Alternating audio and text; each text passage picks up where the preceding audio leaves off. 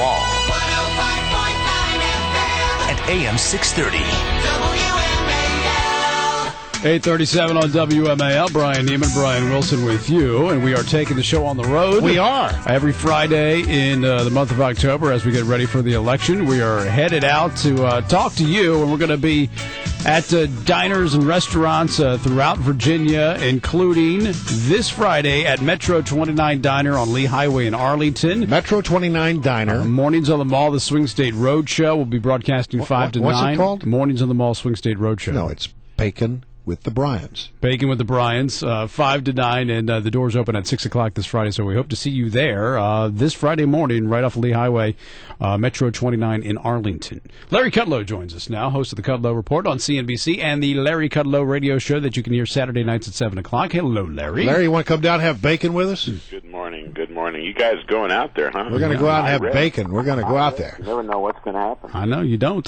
So I'll pick up the New York Times this morning, and it says that there may be some movement and preventing the fiscal cliff. I just thought what was interesting is that as part of the deal, and apparently they have a plan A, a plan B, and a plan C, so maybe it's serious, and including in plan A, from what I read this morning, was pushing the Bush tax era, or stopping the expiration of the Bush era tax cuts, meaning that all of these tax cuts that are in place now would continue at least through another year if they can work out a deal. And who knows if they can work out a deal, but at least they're talking about it right now. Was it a year or 6 months? That's a good question. I thought it was a year, but maybe I read it wrong. It could only be 6 months. You could be right. I haven't carefully read this, but yeah, look, I'm all for it, because if we don't do this, we're going to go into recession.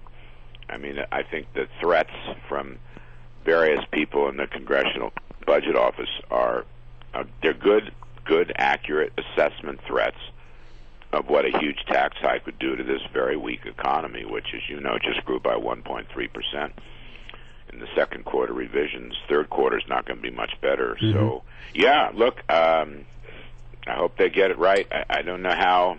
I don't know how they're going to do it, because, I mean, I just still think everything is, the referendum is on which way we're going to go is November 6th, and I just think you're going to have either Republicans or Democrats who, if they work out a deal, they're going to say, yeah, well, we just won, and we're not going to go for that after. Well, that's the thing. The day after the election, when you know the results and you know who took the Senate, you know who took the White House, all right, the House is going to stay in Republican hands. Agreed. So you just have to wait and see how that's going to work and what Obama's attitudes are going to be, whether he'll be willing to compromise or not. And you also, in there, it probably wasn't discussed, but there was a story yesterday in the Wall Street Journal about both candidates picking a Treasury Secretary early in the game. There's a whole bunch of names in there to lead the fiscal cliff charge, or to lead the fiscal cliff solution. And we really won't know that. I saw some good names in there, like Erskine Bowles. I saw some turkeys like Gene Sperling and Jack Lew, who, in my opinion, currently serve in the White House and have been obstacles to compromise. I saw some interesting Republican names. One is the former CEO of the Wells Fargo Bank, Kasevich, if I get his name right. I know him. He's a real smart guy. He's really not even that political. He's just one of these guys who want to do the right thing. So I think it really matters who wins. It's a good thought. You know, we might run with that story tonight and pursue it, but we'll have to wait and see. There's so many imponderables. All I know is this. If you allow the Bush tax cuts to expire, we're going to have a big problem. All right, so if you can't get some kind of 6 to 12-month extension, we're going to have a big economic problem. All right, so Mitt Romney and President Obama are off preparing for the debate tomorrow night. If you were giving Mitt Romney advice, what would you tell him to hit when this debate's supposed to be about the economy? Right. Well, I have already. All right, well then tell us what you told him. I have already.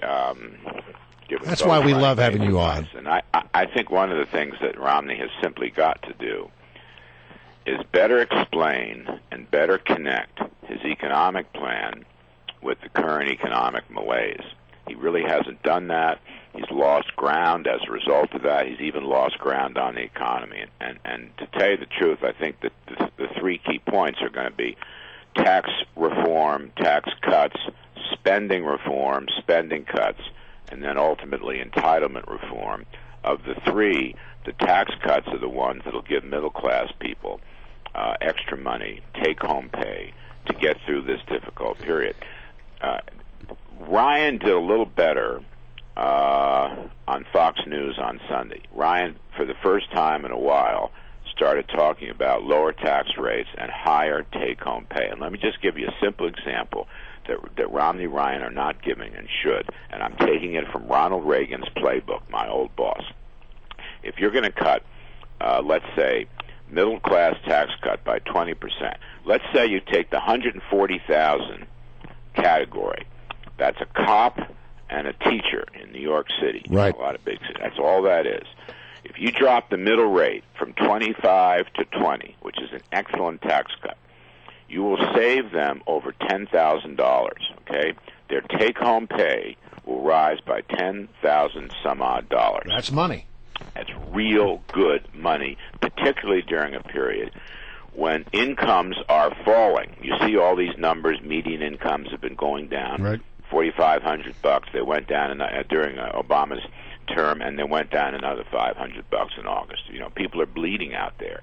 I don't, for the life of me, understand when asked about specifics why those guys don't give specific examples. You can go down to a $70,000 family, you can go up to $140,000 or even $200,000.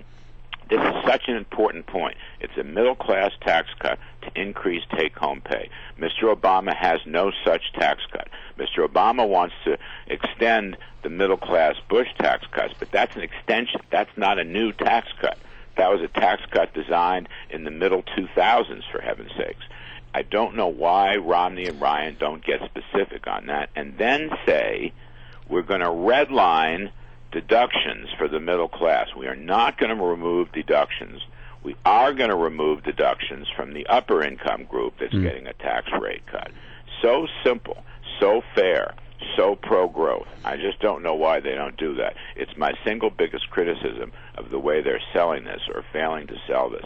The other thing I'd say to you guys is it's an open question whether Romney is going to attack Obama on leadership in Middle East security, because this is still a baffling story. I know. You know, what happened, what failed to happen. But can he get that in, given the fact that this is an economic debate? Absolutely. Yeah, that's what I think. You know, the trick in debates, if you talk to previous candidates and their staff about prior debates, the trick is not only to answer the question, but to get the points out you want to get out. That's right. And there's a leadership question on the economy, and there's a leadership question on foreign policy, and there's a leadership question on terrorism, and you can do that.